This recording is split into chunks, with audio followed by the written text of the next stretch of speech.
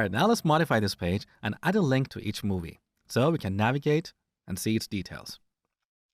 So here on index.html, this is where we're rendering our movies. Here's our first column where we render the movie title. Let's add an HTML anchor here.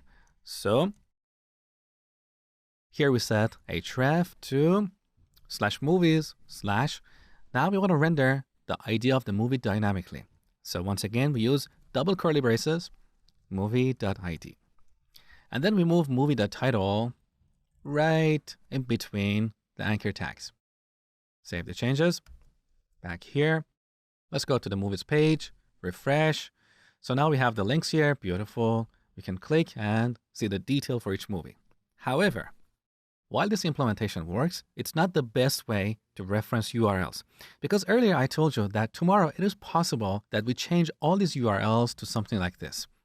Old system/movies. Now technically we should not change URLs because a URL is a contract of an application. So if we change URLs, any applications that depend on those URLs are going to break. But, the real world is unpredictable. So sometimes these things happen. So let me show you a better way to reference a URL. Back to our URLs module. Earlier, we assigned a name to each URL.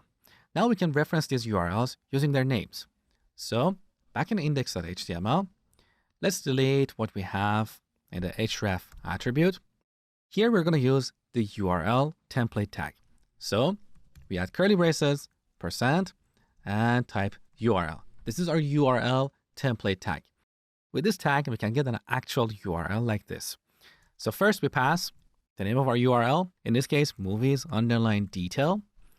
And then optionally, we can pass any parameters if they exist. In this case, we want to pass movie.id. Save the changes. Back to the movies page, refresh. We still get the same result, beautiful. Now let's take this to the next level. Back to the URLs module.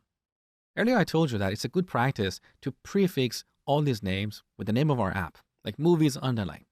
We did that so Django wouldn't accidentally pick a URL with the same name from a different app, just like how we namespaced our views. So this was a good practice. However, let me show you a better way. Here we can set a known variable, app_name, to the name of this app, let's say movies. Django is aware of this variable name. Now, when we set this app name here, we don't have to repeat movies underline in multiple places. Now here we have only 2 URL patterns. It's not a big deal, but if you have a large number of URLs, this is going to get a little bit messy. So let's delete this and also here. Now we go back to our index.html and instead of using an underline, we use a colon. When Django sees this, it knows that we're talking about the movies app, and in that app, we should have a URL named detail. But this will only work if we set the app name variable to movies. So as you learn about Django, you realize that there are various ways to write less code. But of course, that means there are a lot of conventions that you have to learn about.